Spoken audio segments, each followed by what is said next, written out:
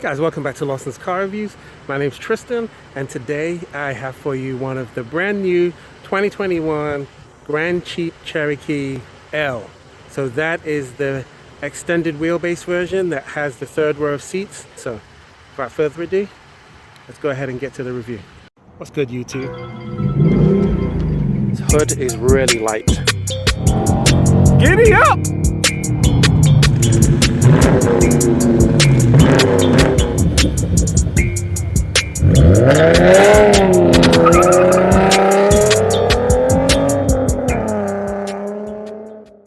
So, first things first, the styling of this car, I think, is absolutely amazing. I love these orange daytime running lights, which obviously works as the turn signals and everything too. These lights are just on right now because I've got it on remote start, but I love the styling of the lights and the whole headlight section, and I'm really liking how they've got this little bit of chrome at the bottom of the bumper and on the middle section. It kind of gives the car a really nice aggressive look, and I'm loving the Jeep badge. Nice classic Jeep lines. And going down the side of the car, it is much longer than the older Cherokee. And like I said, this being the L, you know, it has got the third row of seats. So if you look at the tire size, these are really nice polished aluminium wheels. They've got a 265, a 50, 20. So it's a 20-inch rim with a 255 width on the tire, and then it's got a nice meaty 50mm sidewall. That way you get a nice ride when it comes to the car. And if we take a look at this, it's not cheap. I mean, the price of this one, if it zooms in, it's $51,000. But gas mileage for this type of vehicle is not too bad. So it is the 21 miles combined. So 18 city, 25 highway, and it's the limited model, so it's not the completely base box standard model, which is why you're paying a little bit more for it.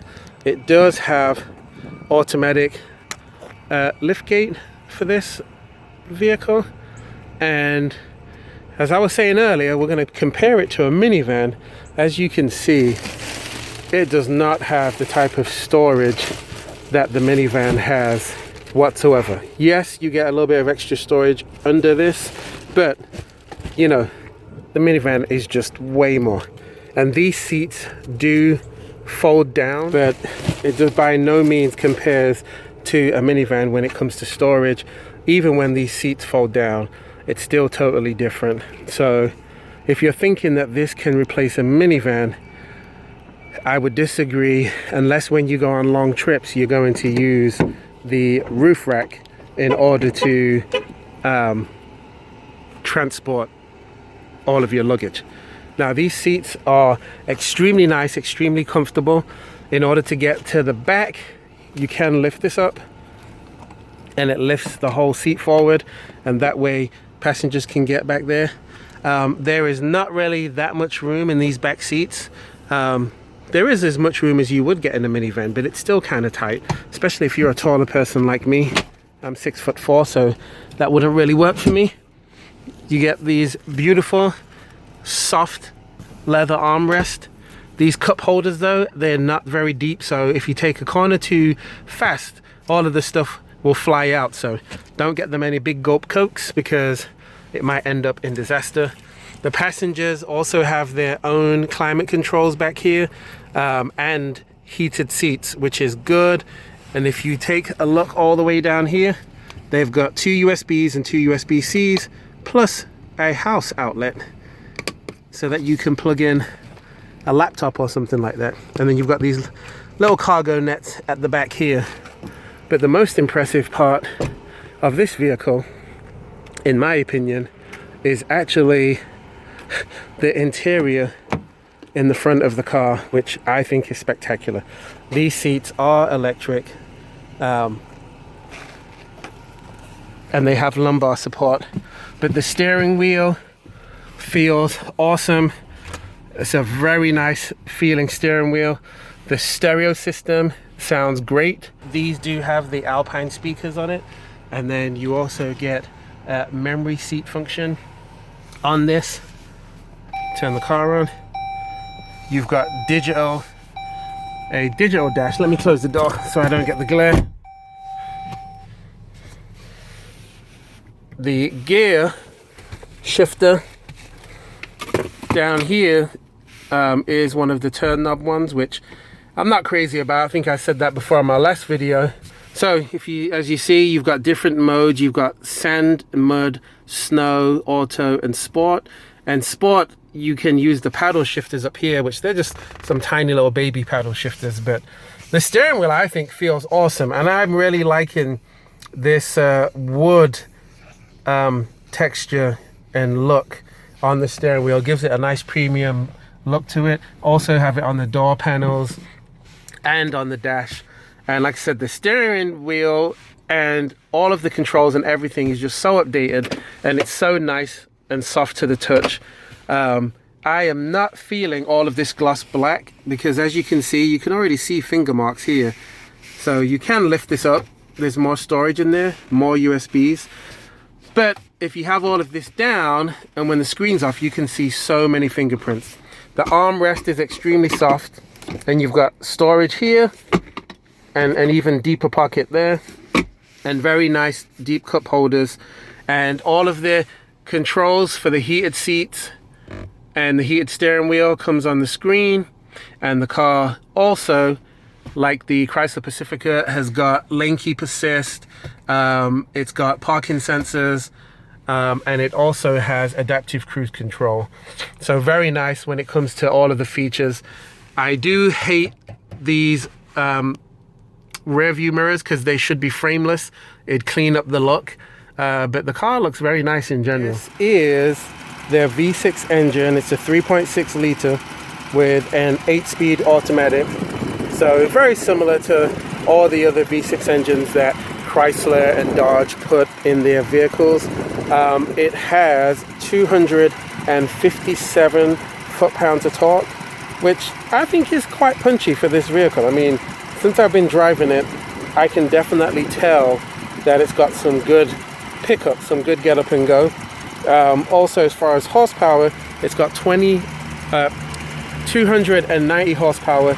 It can tow 6,200 pounds, which is quite a bit. And its weight is between 46 and 4,800 pounds. Just depends on the exact model that you get. And the 0 to 60 times in this vehicle is around 7.3 seconds. I'm glad they didn't put some cheesy engine cover on it. But let's take this thing for a spin and see how it does. All right, so setting out in this 2021 Jeep Cherokee L, or I should say Grand Cherokee L, and this is the limited trim. So it has a little bit more bells and whistles than just your standard entry-level Jeep. And I'll just say right from the jump, it feels real great to drive when you put your foot down in it, like right now. It's got a little bit of pickup, so it's decent. It's not the quickest thing. It's not the quickest thing because this car, like I said earlier, weighs quite a lot. But it does also have a decent amount of towing capacity. So, you know, it is useful. It is a practical vehicle. But just driving around town, the car is extremely quiet. It is extremely refined feeling. The steering wheel and everything feels great. It feels very high quality, very well put together. And like I said, the gas mileage numbers actually seem quite strong on this vehicle, especially for how heavy it is. So I've got no complaints with that. And the radio system, I'm not going to turn it up, just take my word for it. It is very good. It's not that the system goes extremely loud, but you can tell that the quality of the sound from the speakers is a really high quality stereo system. So I think they did an excellent job of that.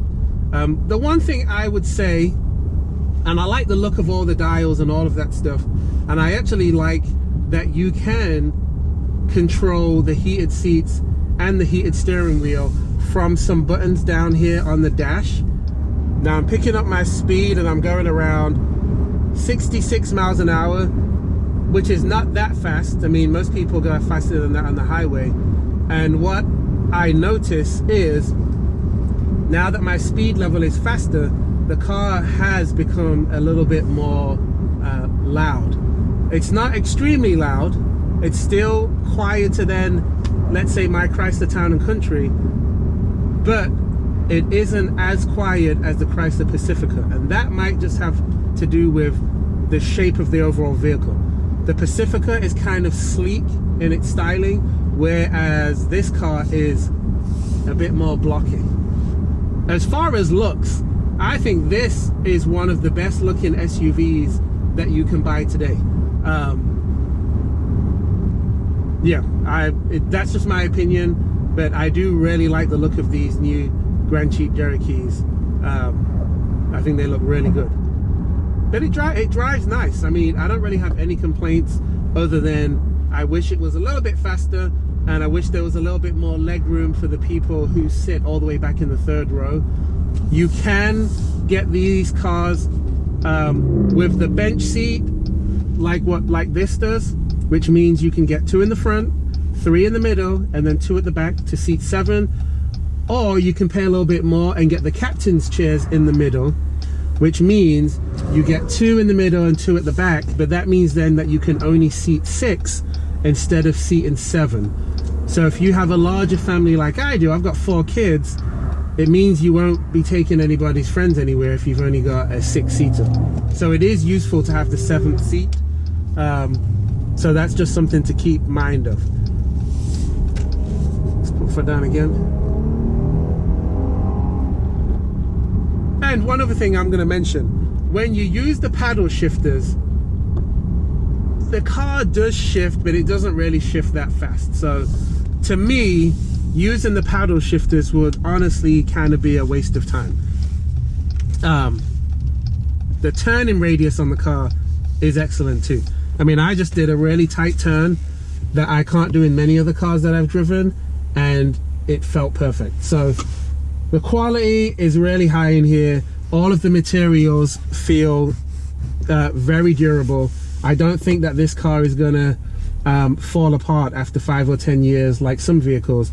So it's good. It's a thumbs up from me when it comes to this car. So I'll put my Lawson Score up on the screen, bing, right now. Leave your comment, like the video. Let me know if you think there's another SUV that's better. I'm going to bring more SUVs to the channel because this is really one of the first few that I've done on here. I'm going to try and get the Telluride and all of those and compare them, and then you guys can let me know what you think. Thanks for watching. I'll see you in the next video.